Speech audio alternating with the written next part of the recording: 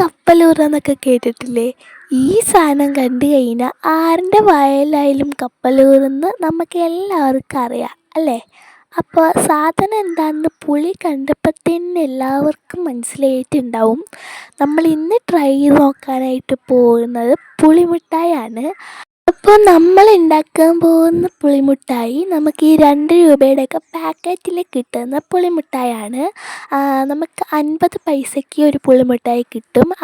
അതെനിക്ക് തീരെ ഇഷ്ടമില്ലാത്ത ഒരു സംഭവമാണ്. അപ്പോൾ അതിന് വേണ്ടിയിട്ട് നമുക്ക് ആദ്യം തന്നെ പുളി എടുക്കുക.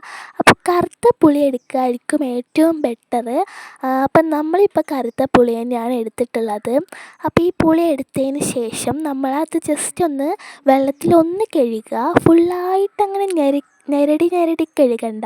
കാരണം നമ്മളതിലത്തെ പൊടിയും കാര്യങ്ങളൊക്കെ പോകാനായിട്ട് ജസ്റ്റ് ഒന്ന് കഴുകുകയാണ്. എന്നിട്ട് അതിലത്തെ ഇങ്ങനെ കുറച്ച് വേസ്റ്റൊക്കെ ഉണ്ടാവുമല്ലോ, ചിലപ്പോൾ നമുക്ക് പുളുങ്കുരുവൊക്കെ ഉണ്ടാവും, ചിലപ്പോൾ അതിൻ്റെ നാരും അതൊക്കെ ഉണ്ടാവുമല്ലോ. അപ്പം നമ്മൾ പക്ഷെ അതൊക്കെ കളഞ്ഞിട്ടാണ് നമ്മൾ കുടത്തിലൊക്കെ ഇട്ട് വയ്ക്കുക. അതുകൊണ്ട് വല്ലാണ്ട് ഉണ്ടായിരുന്നില്ല, എന്നാലും എന്തൊക്കെയോ ഉണ്ടായിരുന്നു. അപ്പം അതൊക്കെ ജസ്റ്റ് ഒന്ന് മാറ്റി വെച്ചിട്ടുണ്ട്.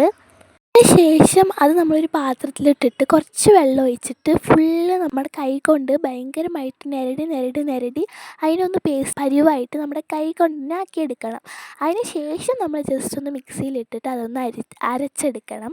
അതിന് ശേഷം ഒരു പാൻ എടുത്ത് അതിൽ വെളിച്ചെണ്ണ നമ്മൾ ഒഴിച്ചു കൊടുക്കണം. വെളിച്ചെണ്ണ ഒഴിച്ചു കൊടുത്തതിന് ശേഷം ശർക്കര പൊടിച്ചിട്ട് ജസ്റ്റ് ഒന്ന് ഇട്ട് കൊടുത്തിട്ട് അതിൽ വെള്ളം ഒഴിച്ചിട്ട് നമുക്ക് ആ ഒരു ശർക്കര പാനി തയ്യാറാക്കി കൊടുക്കുക.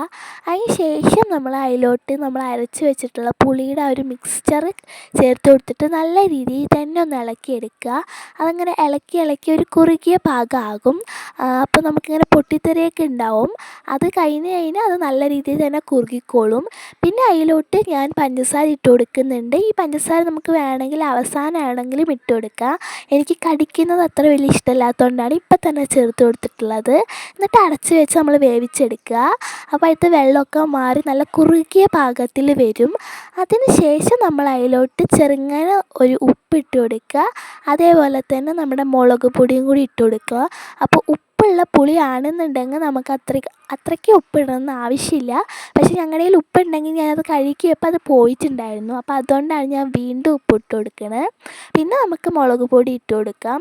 അപ്പോൾ ഈ ഒരു മുളക് പൊടിയും അതേപോലെ തന്നെ പഞ്ചസാരയും അല്ലെങ്കിൽ ശർക്കരയും നിറയെ ഉണ്ടെങ്കിലാണ് പുളിമുട്ടായിക്കൊരു നല്ല സൂപ്പർ ടേസ്റ്റ് ഉണ്ടാവുള്ളൂ. എന്തായാലും ഇതൊക്കെ ചേർത്ത് വന്നപ്പോഴത്തേക്ക് നമ്മുടെ പുളിമുട്ടായി സൂപ്പർ ടേസ്റ്റി ആയിട്ടുണ്ടായിരുന്നു. കടയിൽ നിന്ന് മേടിക്കുന്നതിനേക്കാൾ ടേസ്റ്റി ആയിട്ടുണ്ടായിരുന്നു. അപ്പം എല്ലാവരും ട്രൈ ചെയ്ത് നോക്കി അഭിപ്രായം കമൻറ്റ് ബോക്സിൽ പോകാതെ സബ്സ്ക്രൈബ് ചെയ്തിട്ട് പോകട്ടോ.